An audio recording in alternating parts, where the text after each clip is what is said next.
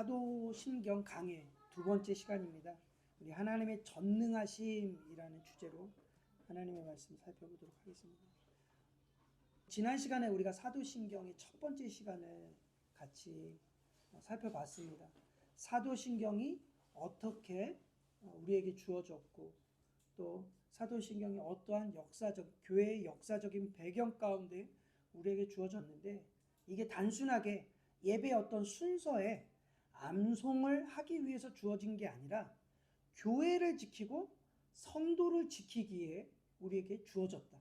그래서 이 사도신경이라는 건 교회 안에서 절대적으로 중요한 위치에 있다라는 것을 우리가 살펴봤습니다. 여러분, 기독교는 어떤 존재냐면 무엇인가를 믿는 사람들의 모임이에요. 교회는 무엇인가를 믿는 사람들의 모임입니다.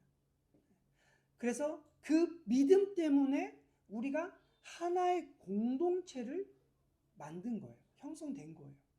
근데 문제는 사람들이 교회를 1년 다니고 5년 다니고 10년 다니면서 계속해서 신앙생활을 하는데 그 믿음이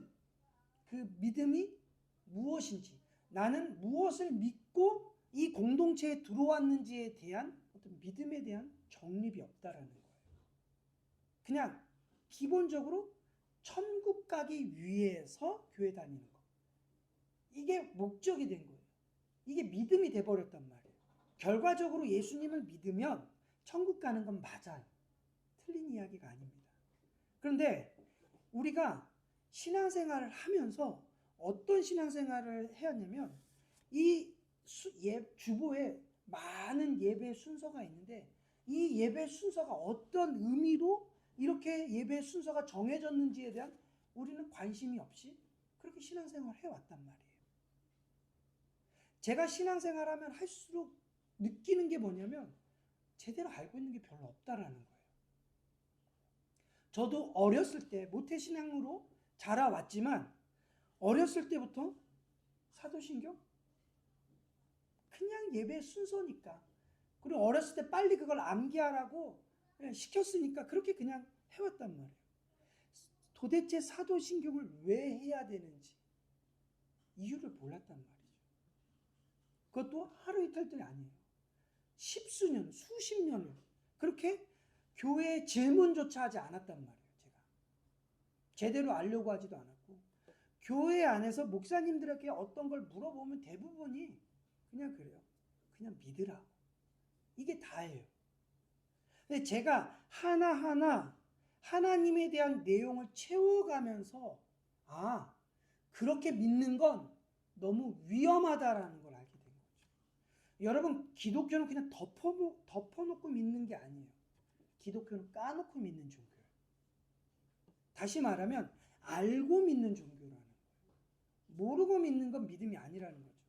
우리가 신앙 고백, 나는 믿습니다 라고 하는 이 I believe, 이건 내가 사도신경에 대해서 정확하게 알아야만 믿습니다라는 고백이 나오는 거죠. 특별히 사도신경은 예배의 순서에서 별 의미 없이 그냥 하나의 순서로 암송하기 위해서 주어진 게 아니라 하나님을 믿는다고 하는 사람들, 하나님을 믿겠다라고 교회에 들어오는 모든 사람들, 그런 사람들에게 우리는 무엇을 믿는 공동체입니다 라는 고백을 알려주는 거예요. 첫 번째로. 그렇잖아요. 뭘 믿는지 알고서 이 공동체 안에 들어와야 되잖아요. 교회란 무엇을 믿는 사람들의 모임인지 기준을 정해줘야 된단 말이에요. 이건 초대교회에서 그렇게 해왔단 말이에요. 초대교회에서는 그 사람의 바른 신앙 고백을 하지 않으면 결코 교회 성도로, 멤버로 받아들여주질 않았단 말이에요. 그럴 수밖에 없는 것이 여러분들 교회에서 여러분들도 그렇게 생활해왔잖아요. 여러분들 각자의 성경 말씀을 적용해왔단 말이에요. 여러분들 각자의 신앙생활의 모습이 다 달라요. 세상을 바라보는 가치관, 경험 다 다릅니다. 그렇게 우리는 신앙생활을 쌓아왔어요. 그랬을 때 여러분들이 우리는 교회에 들어올 때 그럼 우리는 교회는 도대체 뭘 믿는 사람들이 모이는 공동체인가? 우리는 아무거나 믿는 공동체가 아닙니다. 우리는 정확한 걸 믿는 공동체예요. 그 첫 번째가 뭐냐? 사도신경. 이 사도신경이 한 사람 한 사람에게 온전한 고백이 되어서 그 한 사람 한 사람이 모이는 공동체가 우리는 교회입니다. 그러니까 초대교회에서부터 종교개혁에 이르기까지 최우선의 관심이 뭐냐? 전도가 아니에요. 이들의 관심은 진리를 지키는 거예요. 하나님의 말씀을 지키는 거예요. 근데 요즘처럼 영혼 구원에만 강조된 나머지 어떻게 해요? 교회 다 들어와요. 교회 다 들어와요. 예전에 한국 교회가 초대교회로 돌아가자.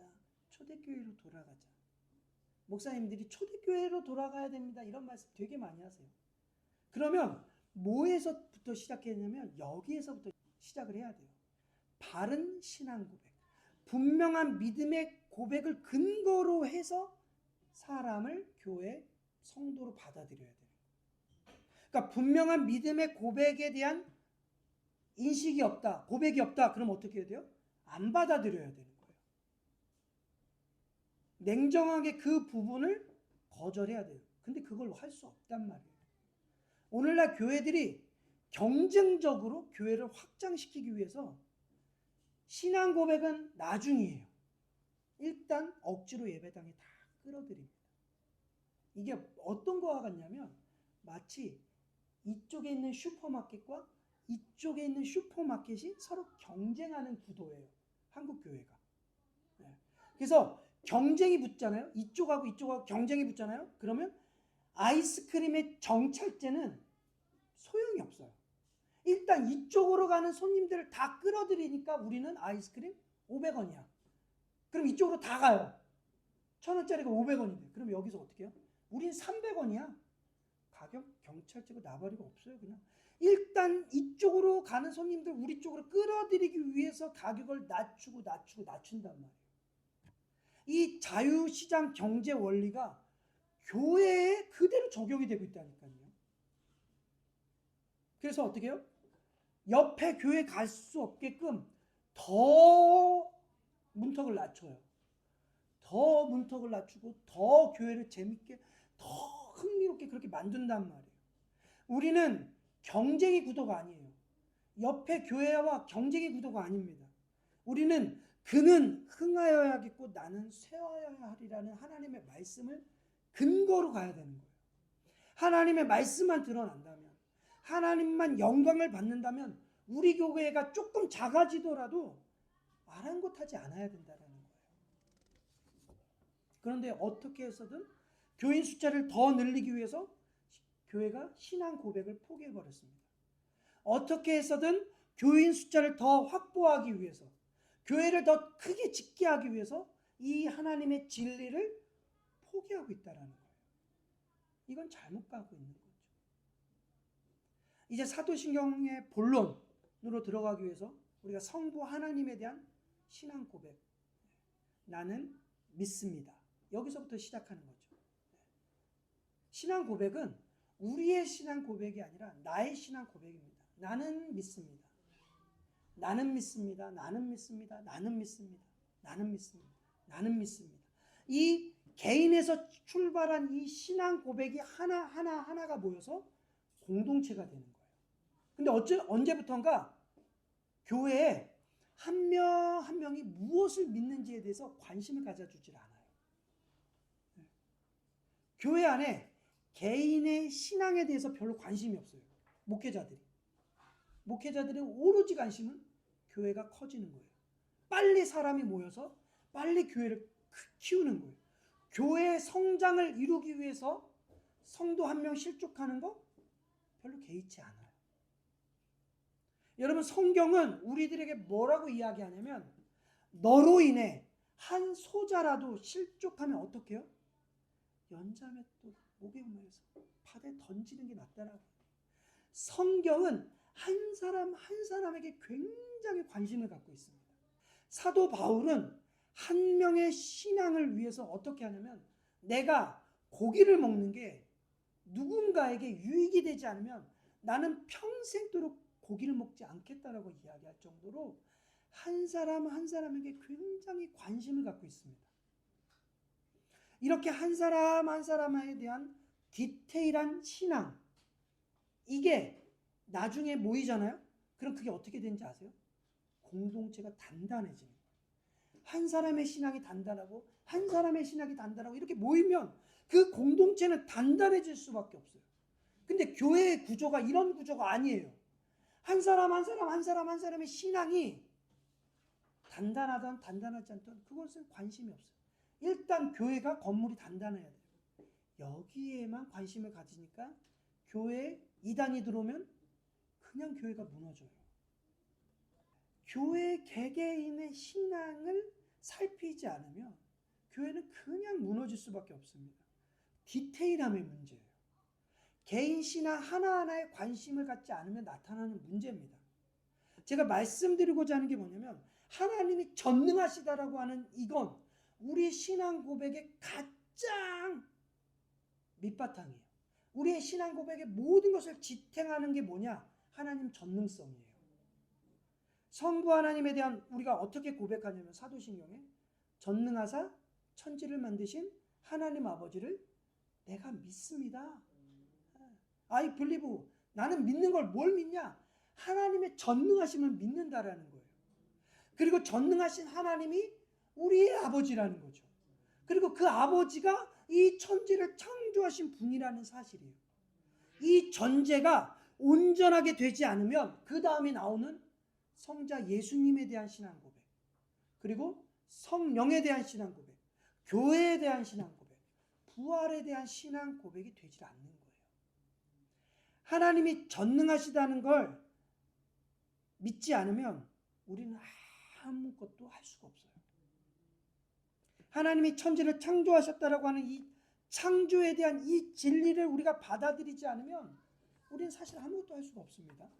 그러니까 성부 하나님에 대한 신앙 고백이 그 뒤에 나오는 신앙 고백의 전제가 되는 거예요. 하나님이 전능하시다라고 하는 것은 무슨 의미냐?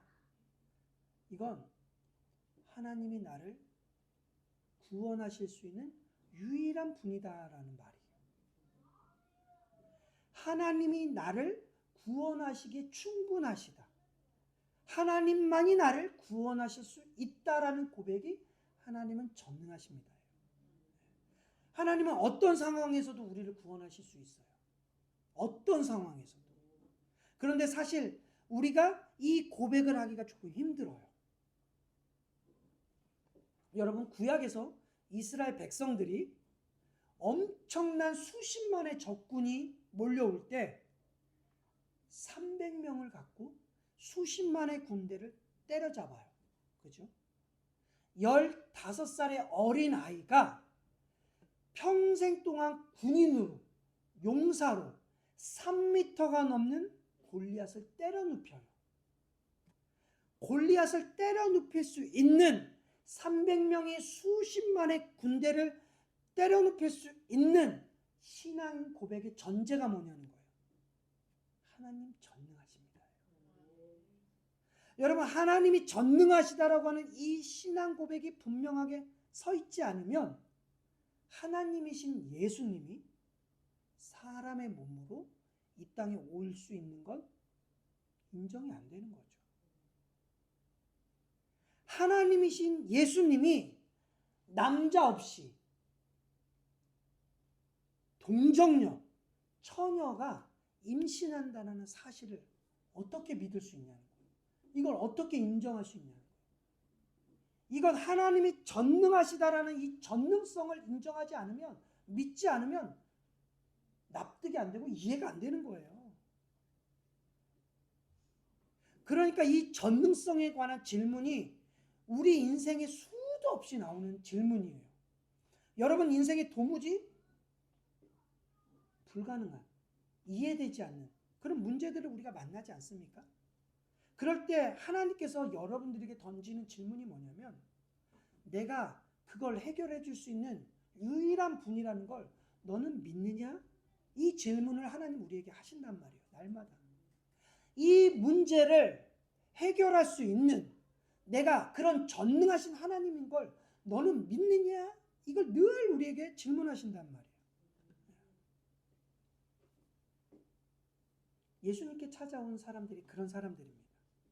다윗의 자손 예수여, 나를 불쌍히 여겨주소서, 나를 치료해 주세요 라고 했던 모든 사람들, 그 사람들에게 주님이 던지세요. 내가 너를 고쳐줄 수 있다는 걸 믿느냐? 믿느냐? 이걸 물어보는 거죠. 이게 바로 전능성이라는 거예요. 이 전능성이 분명하게 서 있지 않잖아요. 그러면 믿음은 잘할 수가 없습니다. 우리는 하나님만 전능하시다라고 고백함으로써 무엇을 또 고백하냐면 돈과 명예와 권력과 인간관계와 나의 지식과 나의 경험은 전능하지 않습니다라는 고백이에요. 이게 동시에 이루어지는 거예요. 두 가지가. 하나님의 전능성과 나의 어떤가요? 무능함을 동시에 고백하는 거예요. 그래서 여러분들에게 믿음이 들어가기 전에 하나님께서는 여러분들에게 늘 이런 질문을 던져요. 끊임없이. 우리를 낙심시키고 우리를 좌절시키세요. 왜요? 네가 믿고 있는 전능함, 네가 돈을 믿고 네가 명예를 믿고 너의 지식을 믿고 너의 경험을 믿고 너의 힘을 믿고 있던 그 모든 것에 대한 좌절을 맛보며 낙심을 맛보며 너가 무능하고 내가 전능하다는 걸 믿느냐? 이걸 끊임없이 우리들에게 질문하고 계세요. 여러분 과거에 어떻게 생각했죠? 내 경험으로, 내 머리로, 내 능력으로 이거 다 할 수 있을 것 같아서 우리는 자신만만했단 말이에요. 자신만만했죠. 근데 하나님께서 그것이 전능하지 못하다는 걸 인정할 때, 우리가 항복할 때 우리는 어떻게 합니까? 끊임없이 하나님 앞에 나아가요. 끊임없이 어떻게 해요? 천부여 의지 없어서 내가 손들고 나아갑니다. 그러니까 하나님은 전능하시고 나는 무능합니다. 이 고백이에요. 이걸 종교개혁자들이 그렇게 고백했던 거예요. 뭐냐면 종교개혁자들은 이 나는 무능합니다, 하나님은 전능하십니다, 이 말을 어떻게 줄여서 이야기하냐면 전적 타락. 나는 전적으로 타락했습니다. 그러니까 나는 전적으로 무능합니다. 그러니까 나의 구원은 전적으로 하나님만이 가능합니다라는 고백을 전적 타락이다라는 교리로 확립시켰어요. 여기에서부터 출발해야 됩니다. 나의 전적 무능과 나의 전적 타락을 인정하게 될 때 어떻게 해요? 예수님은 이렇게 얘기해요. 너가 전적으로 무능함을 인정하는 것이 뭐냐? 너희가 돌이켜 어린아이가 같이 되지 아니하면 결단코 천국에 들어가지 못하리라고 하는 말씀이 바로 이거예요. 우리가 전적으로 무능함을 인정하게 될 때가 바로 어린아이와 같이 된다는 거예요. 정신연령이 낮아지는 게 아니라 내가 내 힘으로 아무것도 할 수 없는 상태, 그 상태예요. 근데 여러분, 기독교 기본 교리를 통해서 우리가 배우게 될 텐데 하나님과 우리가 공유가 되지 않는 속성이 있어요. 하나님과 우리 사이에 서로 공유가 되지 않는 속성이 있는데 그게 뭐냐면 독립성이라는 거예요. 독립성. 이 뭐냐면 하나님은 스스로 계시는 분이세요. 하나님은 먹어야 사는 분이 아니에요. 독립적인 분이세요. 근데 우리는 독립적이지 않아요. 우리는 의존적이에요. 가장 먼저 우리는 뭘 의존하냐면 눈에 보이지 않지만 산소를 의존해요. 내가 산소를 의존해야지 하고 의식해서 의존하는 게 아니라 우리는 어쩔 수 없이 그냥 산소를 의존하면서 살아갑니다. 우리는 또 먹을 거를 의존하면서 살아가요. 안 먹으면 우리는 죽어요. 우리의 생명. 우리는 또 뭘 의지합니까? 의존합니다. 사람을 의존하고 옷을 의존하고 돈을 의존하고 우리는 의존하는 게 너무나도 많아요. 그런데 세상은 계속해서 우리들에게 요구해요. 아니, 의존적인 존재가 아니야. 넌 독립적인 존재야. 너 스스로 결정할 수 있고 너 스스로 다 할 수 있어. 여러분, 우리는 의존적인 존재입니다. 우리는 스스로 있는 존재가 아니에요. 어린아이는 부모에게 전적으로 의존하지 않습니까? 저기 시우나 시아니가 전적으로 저희들을 의존해요. 저 아이들이 어느 정도 무능하냐면 오늘 아침에 엄마가 밥을 안 주니까 밥을 굶고 왔어요. 먹을 걸 안 주면 지네들이 밥을 차려 먹을 수 없는 존재예요. 그 정도로 무능한 존재죠. 그리고 이 아이들이 외부로부터 오는 위협으로부터 부모가 보호해주지 않으면 쟤네는 그런 보호를 받을 수가 없어요. 전적으로 부모에게 의존되어 있단 말이죠. 근데 사실은 우리도 그런 존재라는 거예요. 우리는 어떻습니까? 우리는 내 힘으로 음식을 먹을 거라고 생각해요. 아니요. 하나님이 일용할 양식을 공급해 주시지 않으면 우리는 먹을 수가 없어요. 아이, 그럼 내가 내 손으로 젓가락질해서 먹잖아요. 아니요. 팔다리 다쳐보세요. 못 먹어요, 내 힘으로. 그러면 삼키는 건 내 힘으로 할 수 있는 거 아니에요? 아니요. 넘기는 것도 하나님의 은혜 아니면 할 수 없어요. 하나님이 턱관절을 다 상하게 하시고 다 막으시면 이빨 다 상하게 하고 그럼 씹을 수가 없어요. 마시는 거요? 이것도 하나님이 하셔야 돼요. 소화시키는 거요? 이것도 하나님이 하셔야 돼요. 소화시키고 배설하는 것조차도 하나님이 다 해주셔야지만 되는 거예요. 모든 영역에서 하나님께 의존되어 있는데 이걸 깨닫게 될 때 어떻게 해요? 범사에 감사가 나오는 거죠. 근데 인간은 에덴 동산에서 타락한 이후에 자신의 무능함을 인정하지 않습니다. 인간은 자기 스스로 하나님 노릇할 수 있다라는 교만함에 빠져 있습니다. 어떻게 하든지 하나님을 의존하지 않고 내 힘과 내 지혜로 다 할 수 있다라고 생각해요. 그래서 우리는 기본적으로 어떻게 세팅되어 있냐면 난 신이야. 나 할 수 있어. 이게 세팅되어 있는 사람이에요. 여러분, 우리는 할 수 없는 존재예요. 그렇기 때문에 여러분들이 정말 믿음에 들어가기 전까지 겸손해지려면 이게 얼마나 힘들겠냐는 거예요. 우리가 겸손해진다라는 게 얼마나 힘든겠냐는 거죠. 어쩔 수 없어요. 그래서 하나님이 우리를 꺾으시는 거예요. 우리가 하나님의 전능성에 대해서 이해를 돕기 위해서 오늘 두 명의 인물들을 살펴볼 건데 그 첫 번째가 삭개오입니다. 삭개오는 세리예요. 세리 중에 우두머리, 세리장이었죠. 이 사람이 그 자리에 올라가기 위해서 얼마나 집요했겠어요? 얼마나 욕심이 많았겠어요? 보통 사람이 아니었겠죠. 그리고 당시 세리는 돈만 벌 수 있다면 어떠한 비난도 눈 하나 깜짝하지 않는 악질 중에 악질입니다. 악질 중에 악질. 일제시대의 친일파 같은 사람들이에요. 아주 악질인 사람이죠. 그런 사람이 예수님 만나기 전까지는 돈이 전능하다고 믿은 거죠. 돈의 전능성을 믿었어요. 재물의 노예로 살았어요. 근데 예수님 만나고 예수님 믿고 어떻게 해요? 그의 전능성이 돌아섰어요. 삭개오가 예수님 믿고 나서 나타난 특징이 뭡니까? 아, 돈이 전능하지 않구나. 이거 알게 된 거예요. 근데 하루아침에 삭개오가 이 마음이 들었냐? 그렇지 않다는 거예요. 삭개오는 자기가 돈이 전능하다는 걸 믿고 그렇게 돈을 벌었단 말이에요. 돈을 모았단 말이에요. 근데 그 돈만 있으면 사람들이 내 앞에서 굽신거리며 내가 그렇게 살아가고 사람들이 내 앞에 많이 몰려올 거라고 생각했지만 여전히 사람들은 삭개오를 인간 취급하지 않았다라는 거예요. 그 좌절을 늘 삭개오는 경험한 거죠. 야, 돈만 있으면 다 돼야 되는데 왜 돈만 있으면 다 되지 않는 거지? 왜 내 맘대로 되지 않지? 그런 좌절을 계속 맛보는 거죠. 그렇게 그의 삶에 돈이 점점 무능함을 느끼고 살아온 거예요. 실망감을 느끼면서 살아온 거죠. 우리도 그런 거 경험하고 많이 듣지 않습니까? 아무리 돈이 많아도 사람 목숨 살릴 수가 없어요. 아무리 돈이 많아도 최고의 의사와 최고의 약을 가지고도 그 사람을 평생 또랑아 내 옆에?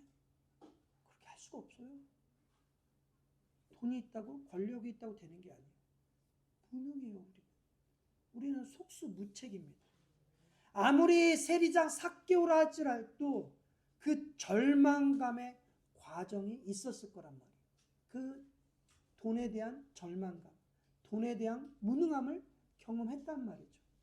삭개오가 예수님의 말씀을 듣고 비로소 참된 전능함, 참된 전능성, 변하지 않는 전능성을 발견하게 된 거예요.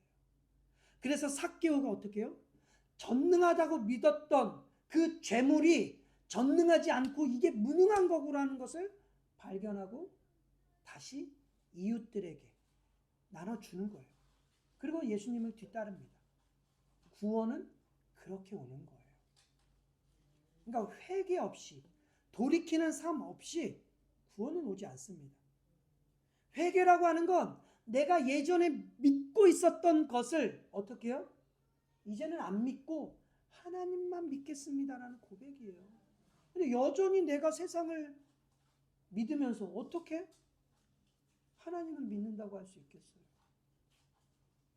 우리는 입으로는 예수님을 믿는다고 얘기하는데 정작 결정적인 순간에 그 사람이 하나님을 의지하든지 아니면 돈과 환경과 인간관계와 나의 것을 의지하는지 보고 그 사람의 신앙의 고백을 알 수 있는 겁니다.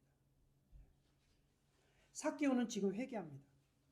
그리고 회개한 모습 다음에 나타나는 게 자신이 믿어왔던 그 전능함을 다시 돌려줘요. 무능함을 인정하면서 다 돌려줘요. 이 고백이 있고 난 다음에 예수님이 삭개오에게 이렇게 말씀하세요. 오늘 구원이 이 집에 이르렀다. 그러니까 예수님께서도 삭개오의 신앙 고백을 보시고 교회의 멤버로 하나님 나라의 백성으로 받아주시는 거예요. 우리는 하나님만 전능하시다라고 하는 이 고백하는 이 신앙이 무엇인지 잘 보셔야 돼요. 두 번째 인물은 12년 동안 혈류병을 앓았던 여인입니다. 마가복음 5장 26절에 보면 많은 의사에게 많은 괴로움을 받았고 가진 것도 다 허비하였으되 아무 효험이 없고 도리어 더 중하였던 차에 이 여자가 많은 의사들에게 찾아가서 어떻게 해요? 치료를 받았어요. 근데 괴로움을 받았다라는 이야기는 아무런 도움을 받지 못했다라는 거죠. 다 허비했대요. 자기가 가지고 있었던 돈들을 다 허비했대요. 오히려 더 중하여졌, 더 몸이 나빠졌다라는 거예요. 자기가 할 수 있는, 그러니까 전능하다고 생각하고 의지했던 모든 것들에 대한 철저한 좌절을 맛보고 있었습니다. 이 여인은 자기가 의지할 수 있는 모든 걸 다 의지했지만 이게 전능하지 않다라는 걸 계속 확인하면서 살아온 거예요.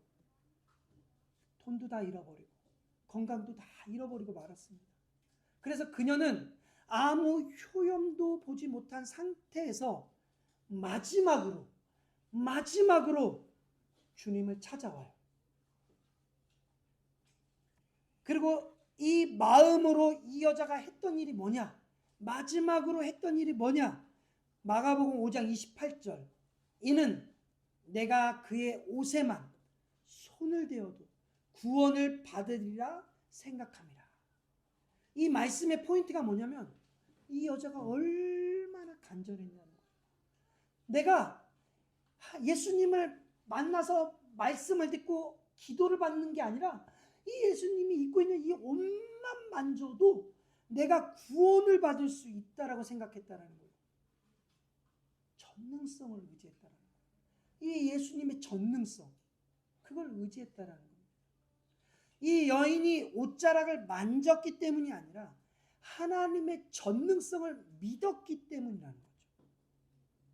예수님이 뭐라고 말씀하시냐면 내 딸아 네가 내 옷을 잡았으니 구원을 받았다라고 말씀하시지 않아요.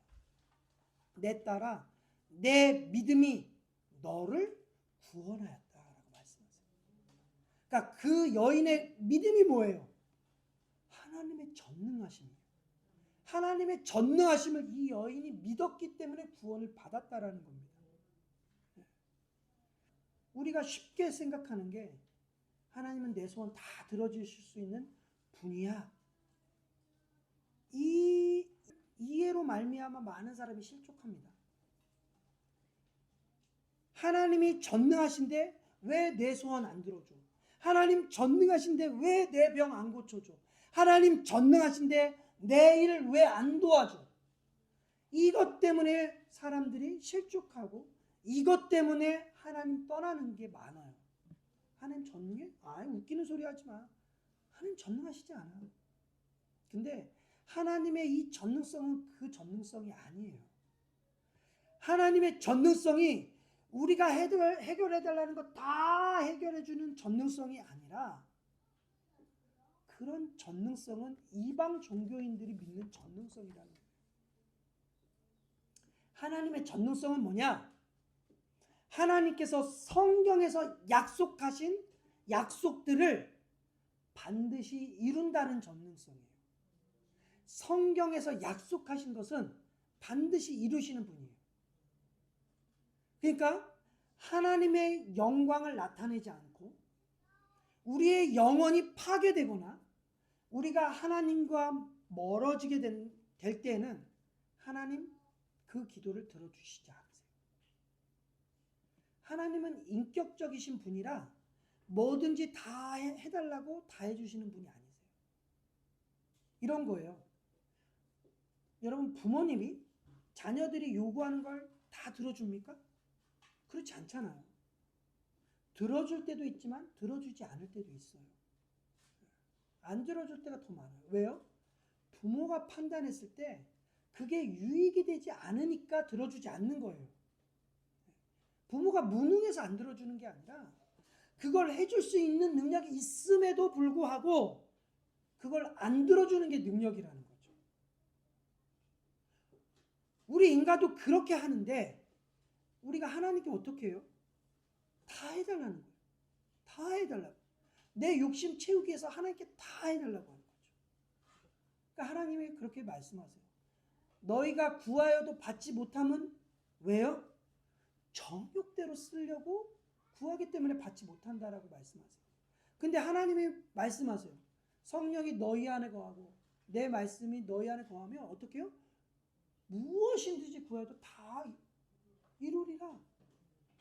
이 전제가 성령이 우리 안에 거해요.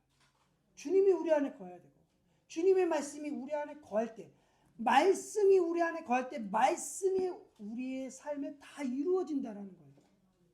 여기서부터 시작해야 된단 말이에요. 우리의 삶에서 도무지 납득할 수 없는 일들이 벌어지고 있음에도 불구하고 우리는 그분의 속성을 믿기 때문에 나의 삶에 지금 모순되는 일, 알 수 없는 일이 생길지라도 우리는 하나님의 전능성을 믿고 가는 거죠. 우리가 안식하지 못하는 이유는 우리가 감사하지 못하는 이유는 하나님의 전능성에 대한 온전한 신앙 고백을 이루지 못했기 때문에 그래요. 우리에게 있어서 항상 믿음이 흔들리는 부분이 이거예요. 우리는 하나님을 완전히 이해할 수가 없습니다. 하나님을 이해하기 때문에 믿는 게 아니라 우리는 하나님을 믿기 때문에 하나님을 이해할 수 있는 거예요. 욥처럼 영문도 모르는 고난에 처할 때가 우리는 많이 있습니다. 그렇죠? 간혹 하나님께 불평하고 불만할 때가 그거예요. 하나님 내가 뭘 잘못했습니까? 하나님 이렇게 열심히 봉사하고 믿고 신앙생활 하는데 왜 내가 이렇게 살아야 돼요? 이게 욥의 고난이었어요. 이게 우리에게도 닥치는 수많은 고민들이에요. 딜레마예요. 근데 코넬리우스 반틸이라는 신학자가 이렇게 이야기했습니다. 하나님과 우리에게 공유할 수 없는 속성 때문에 우리는 하나님을 완전히 이해할 수 없다. 우리는 우리의 한도 내에서 하나님을 이해할 수밖에 없다. 하나님이 전능하신데 우리는 전능하지 않아요. 하나님은 모든 걸 아시는데 우리는 모든 걸 몰라요. 하나님은 독립적이신데 우리는 독립적이지 않아요. 하나님은 무소부지하신 분인데 우리는 그렇게 존재할 수가 없는 사람이에요. 그런데 우리가 어떻게 하나님을 이해하려고 해요? 우리가 어떻게 하나님의 모든 계획을 알려고 해요? 여러분, 내일 여러분 삶에 무슨 일이 일어날지 몰라요. 우리가 계획하고 알던 게 아니잖아요. 여러분 삶에 오늘 우리는 교회 이 자리에서 예배를 드릴 거라고 여러분이 2024년을 계획한 게 아닙니다. 우리는 그렇게 알 수가 없어요. 그런데 하나님은 다 알고 계십니다. 우리는 어떻게 아냐면 과거와 현재를 보고 미래를 예측하거나 추측하는데 하나님은 과거와 현재와 미래를 어떻게 보시냐면 한 번에 보시는 분이세요. 한 번에. 파노라마처럼 우리의 과거와 현재와 미래를 한 번에 보시는 분이시기 때문에 그분이 그렇게 계획하신다라는 건 우리의 미래를 그분은 다 한 번에 알고 계시는 분이세요. 그러니까 어떻게 해요? 누구에게 맡겨야 돼요? 하나님께 우리의 삶을 통째로 맡겨야지 그게 상식적이고 합리적인 거예요. 그거보다 믿을 만한 게 없잖아요. 그러니까 이 하나님의 전능성을 믿어야 된다는 거예요.